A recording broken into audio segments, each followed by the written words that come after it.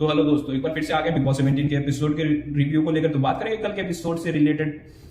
बेचारी अंकिता, मायूस अंकिता, मजबूर अंकिता, इनोसेंट अंकिता, यही दिखाया जा रहा है अंकिता को। जी हाँ दोस्तों, ऐसा लग रहा है कि अंकिता बिग बॉस 17 की एक अडॉप्टेड चाइल्ड के रूप में कंटेस्टेंट आई है और इतना ज्यादा उनका फेवर लिया जा रहा है, इतनी ज्यादा बायस्ड है गेम अंकिता को लेकर कि जो गलतियां अंकिता कर रही है थ्रू आउट द सीजन, जो विक्की को लेकर वो इतनी ज्यादा इनसिक्योर है, जबकि विक्की हमें इतना कुछ करते हुए दिखते भी नहीं है। और अगर कोई बात है जो आपस में बात करके सॉल्व की जा सकती है, उसको इतना ज्यादा इशू बना देना कि वो कैमरे पर एक हाइप बन जाए, इस तरह का बिहेवियर है अंकिता का। लेकिन क्या है, अंकिता एक बॉलीवुड इंडस्ट्री से है, दूसरा अंकिता मिडिल क्लास लड़की है। ये सब बोलकर अंकिता की बातों को पर्दा डाला जा रहा है। विकी की फैमिली ने अंकिता की फैमिली के बारे में कुछ बोला था या अंकिता के मैरिज रिलेशन के बारे में कुछ बोला था, तो बिग बॉस पहले आपको टीआरपी चाहिए थी फैमिली के नाम पे, आपने फैमिली को अंदर बुलाया। दूसरा, फिर वो बाहर गए तो जाहिर सी बात उनका इंटरव्यू होगा, वो इतना यूज टू तो है नहीं इंटरव्यू देने के लिए। फिर उन्होंने कुछ बातें बोल दी जो अंकिता की फैमिली के अगेंस्ट गई, फिर आपको उसको भी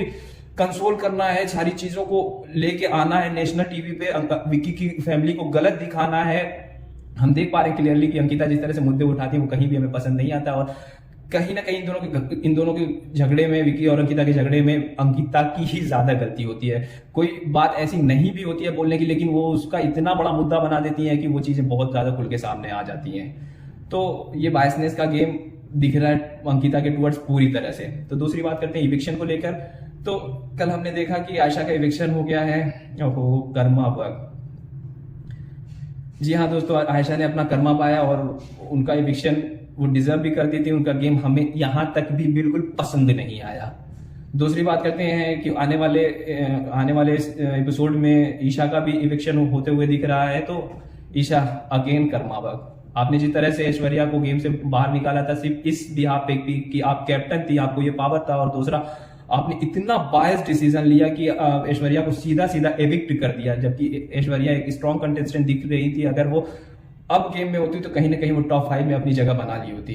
तो अगर आपने उन्हें टॉप 5 में नहीं रहने दिया तो आप भी टॉप 5 में नहीं डिजर्व करती थी।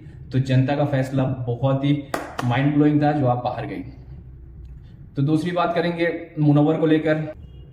तो मुनव्वर ने विकी भैया को बोला हुआ है कि लाला मैं तेरे को भी टनल तक छोड़ के आऊंगा। इस सीजन में कुछ फेमस हुआ हो चाहे ना हुआ हो, बस मुनव्वर का ये टनल में छोड़ने वाला डायलॉग बहुत ही ज्यादा फेमस हो रहा है दोस्तों। हर कोई टनल की ही बात कर रहा है। तो देखते हैं कहां तक पहुंचता है गेम। कल के एपिसोड में बात करते हैं फिर से। साइन ऑफ, तब तक के लिए।